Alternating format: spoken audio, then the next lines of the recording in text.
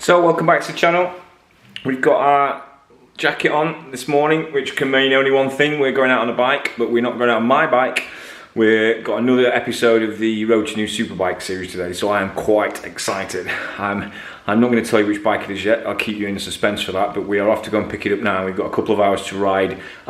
Something mean, noisy and fast. So yeah, hope you enjoy today's video.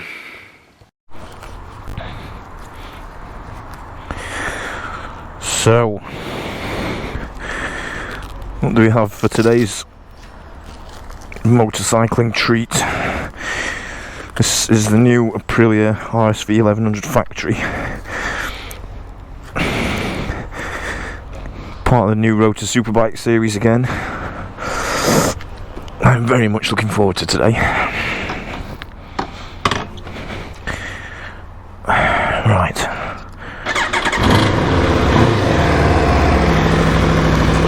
Okay. Initial instincts are it needs an exhaust on it.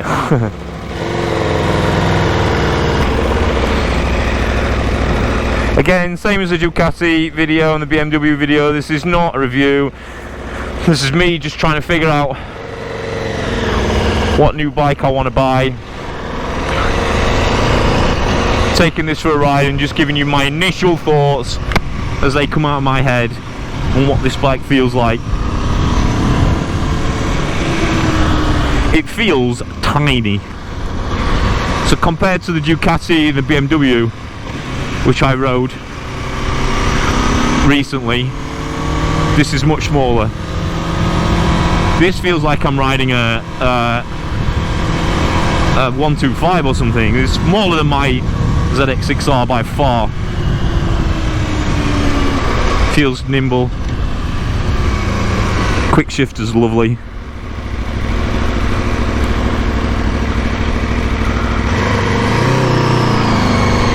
It feels smoother than the V4S.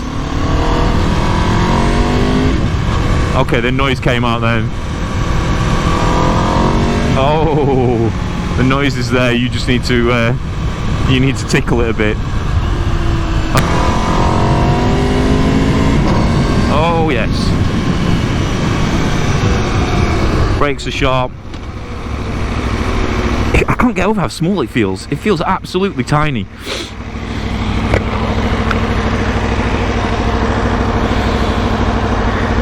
It's sort of less, it's not vibrating and clattering and chugging away as much as the V4S. I only rode that a few days ago, so it's actually a pretty good direct comparison between the two. Just looking at the dashboard now, trying to find a fuel gauge. I'm sure I can figure it out. I don't know about you, I think this bike looks better. Have a look at some of this B-roll and let me know what you think.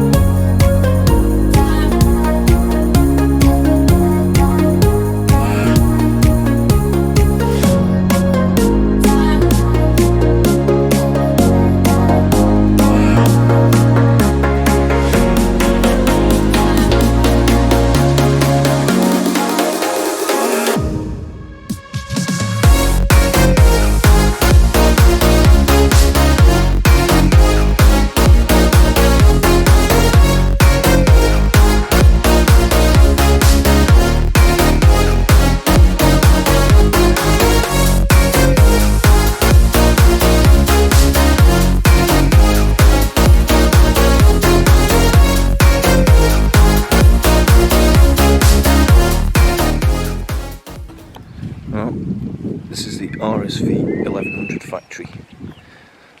What do you think?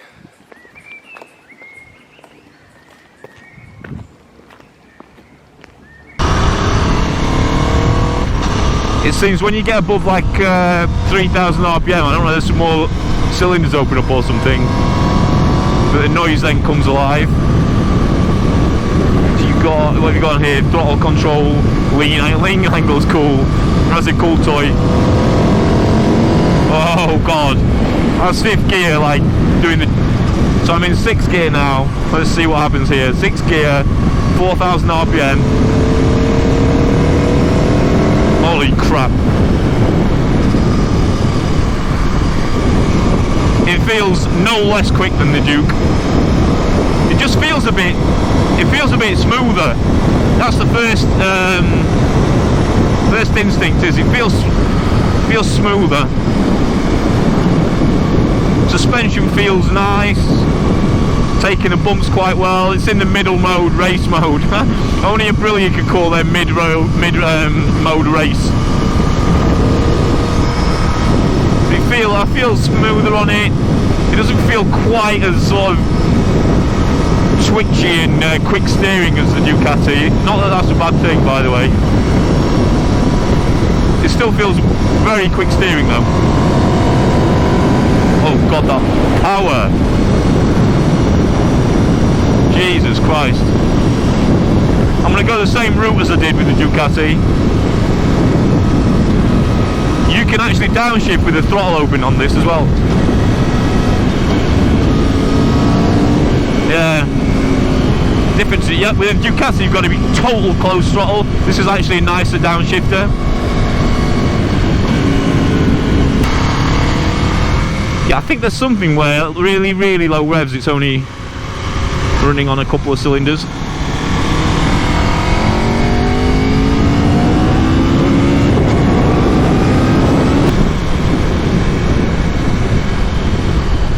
I'm quite quiet, I'm trying to collect my thoughts on this. I love it, I love what it looks like. Do I like how small it is? I think so. I think so. I think I do. This makes a nicer noise than the Ducati, both on standard cans. This is not quite as loud and rattly and clunky and tractory, but it makes a nicer noise. Oh my god, the power. You just feel it. You feel you're more sat on top of this as well than on the Duke.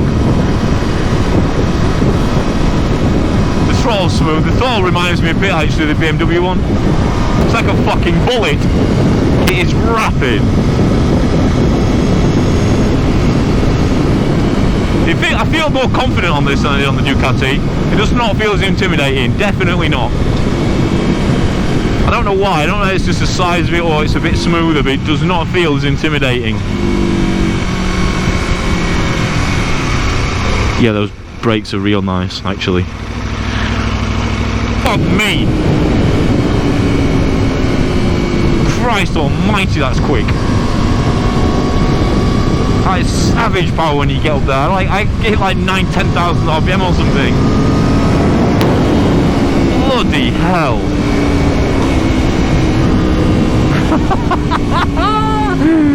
This is not even funny. These bikes are just unhinged. They're just... You have to love how mental they actually are. You're actually allowed to buy these and just ride them on the public roads. So funny.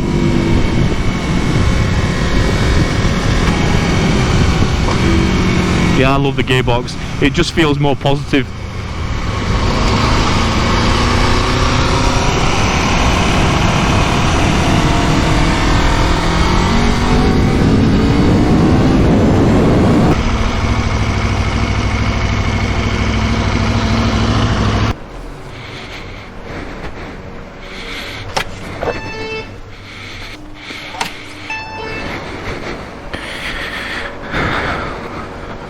What do you think it looks like in the flesh?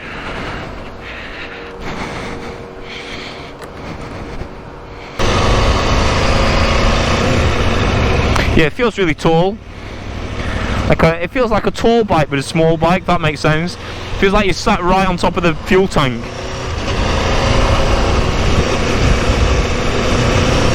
It's not a bad thing, I'm just making an observation really.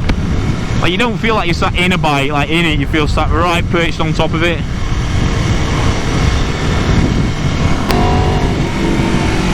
actually, this has got, I mean, it's an OEM Akrapovic, so this is what it comes with. So I guess it'll have some form of baffles in it. It's not stupid loud, but actually when you rev it, it sounds beautiful. Much nicer than the Ducati, I think. Out of all the bikes I've ridden so far, the BMW, the Ducati and this, I've yet to ride the R1, bear in mind, but out of all those three, this is the one I feel most comfortable on straight out of the gate. Not most comfortable, that's not what I was saying. The BMW is super comfortable, that's so easy to ride. This is the one that gives the balance between comfort and excitement, and it actually fits exactly where I hoped it would, right in between the BM and the Ducati from that point of view. You know, it's as comfortable and as easy to ride as the BMW, and it feels as exciting as the Ducati. Just on this initial burst, that's my sort of initial reactions. So, I'd be interested to know what you guys think about this actually. My sort of half-hour impression on this so far is this is definitely the favourite out of the three that I've driven, whatever. I've still got to try the R1, and I feel like I should, because I've had quite a few people actually tell me that the R1 on track is a bit of a beast. Which admittedly I'm not going to test it on track, but either way, I feel like I should be fair to all of them. I've had an R1 in the past, many moons ago, and I liked that bike, even though I crashed it, which you can see on this video. But I think I should just try the R1. I could go and buy this now. I'm really shocked. I don't want to sound negative. I'm not being negative about it. I'm just really shocked at how tiny it feels. It feels super small. I'm gonna go and take it on some twisties and just see how that feels. It just sounds mean though. I think there's no way you can tell me, and I to be honest with you, riding this has put the nail in the Ducati's coffin for sure, because there's no way anyone can tell me that the Ducati is worth 10 grand more than this. I don't care what you say, not a chance. This is phenomenal.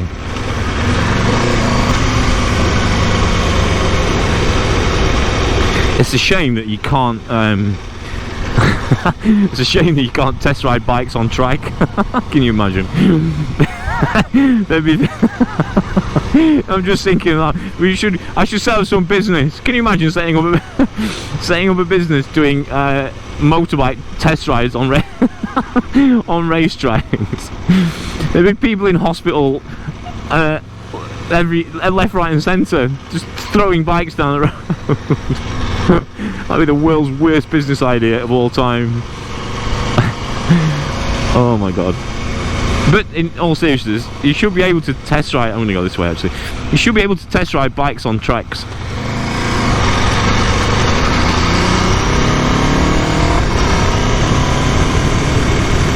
Especially bikes like this. I mean, you can't use 10% of what this thing can do on a road. Not even 10%. My only decision, honestly, really, with any of this stuff is, am I prepared to take this on track? And I think at 20 grand, probably. At 30 grand, fuck no. I think, having looked at this a bit longer actually, I think, to be fair, I think the Ducati is a better looking bike. I think it's prettier, but this looks meaner. And it's subjective, isn't it, you know, like one man's pig is another man's princess, but I think this is a mean, purposeful looking sort of stealth bomber type bike. Wow. But the Ducati is just beautiful. I mean, it's two different things, two different bikes.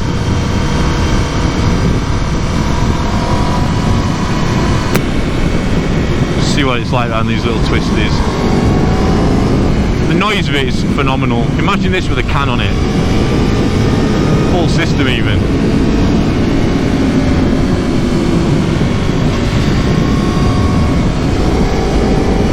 Changes direction nicely. Down the gears.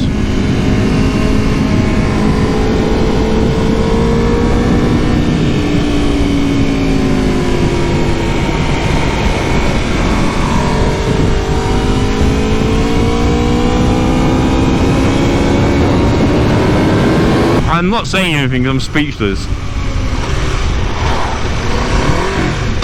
I've never felt that sort of performance before, ever. Not in anything. Car. The fuck is this gonna do? Well, there's comedy. A bike slowing down a tractor. Yeah, it's not like a brutal power delivery, it's smooth.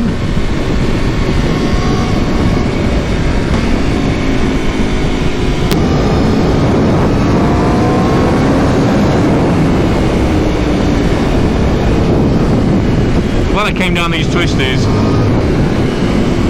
Nice, feels nice. Yeah, it cuts cylinders. When the revs drops to a certain point, you can hear the cylinders cut. It doesn't feel too quick to turn in though. I think the BMW turned in quicker.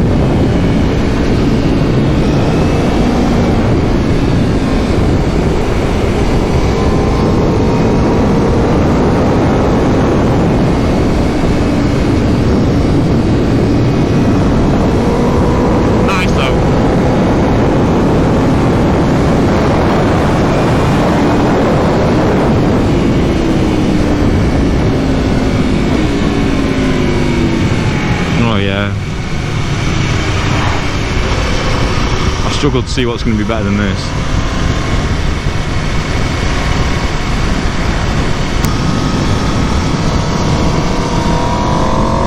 Oh, the noise. I don't know whether you can hear that noise. I haven't got my proper sound recorder on. It's just whatever's coming through this helmet mic. Oh.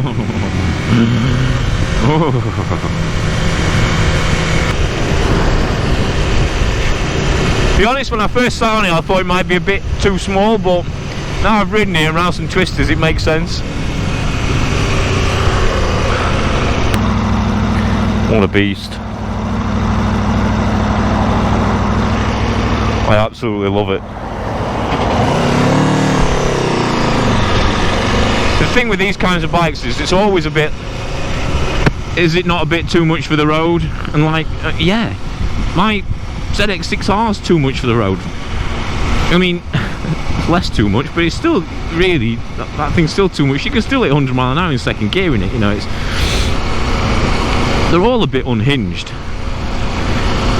But the difference with this, and this is why this is similar to the BMW actually. The reason this is similar to the BMW is it feels a bit more accessible. The power feels accessible, whereas the Ducati just felt like, it felt like I said in the video, like you sat on a nuclear missile.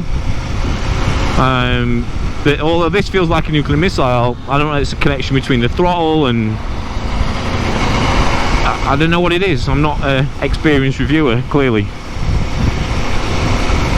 But it just feels like I could use this. Just those little blasts down those twisties now. I'm not even in my full leathers, just on unfamiliar roads. You know, it felt nice, felt comfortable, felt like I could chuck it in the corners, felt stable, beautifully stable actually. I hear that this has got one of the best handling chassis around, and my god, it feels like it.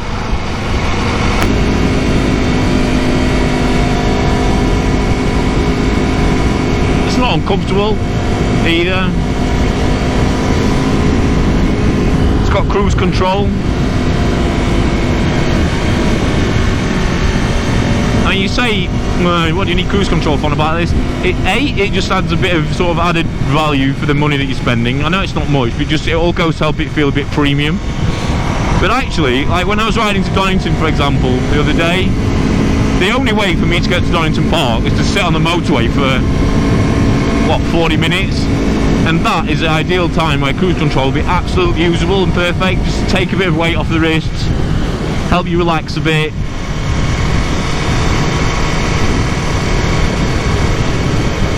So it's not a decision-making process, decision-making factor, but it certainly adds to the value for money point of view.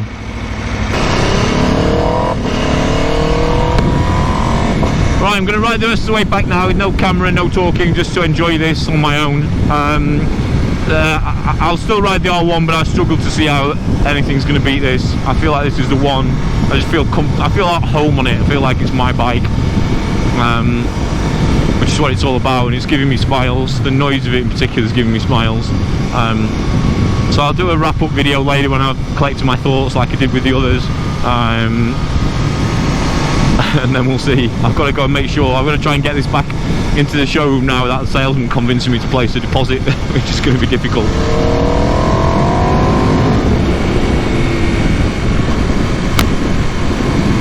And also without getting caught for speeding, which is also going to be difficult. Anyway, look, thanks for watching, appreciate it. Hope to see you on the next video. There's going to be some more track content coming. I've been at Cadwell, there's some videos coming out there. Got another Cadwell in 2 weeks. I've got this to come out, Ducati video, the R1 video, so there's loads of good stuff coming. So thanks very much for watching. I hope you find it interesting, and I'll see you on the next one. Cheers.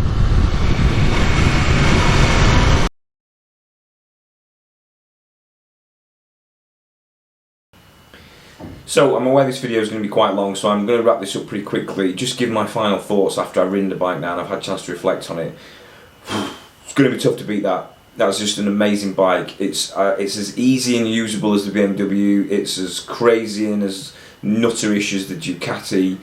It sits in a really nice, happy place in between those two bikes. Actually, it loses none of that speed and power of the Ducati. The power is just savage, absolutely savage. But somehow you feel like you can use it better than the Ducati. The Ducati just felt a bit clunky and a bit cumbersome, and that feels small and light and nimble and smooth. And but then on the other end of the scale, it was, whereas the BMW was a bit distilled and a bit dull and a bit bland, this is just nuts and crazy, and it looks like a fighter jet, and I'm just excited. Honestly, it was everything in my power not to buy that bike there and then. But I think if I don't try the R1, I'll always think, I wonder what that was like. And I don't want that nagging at me.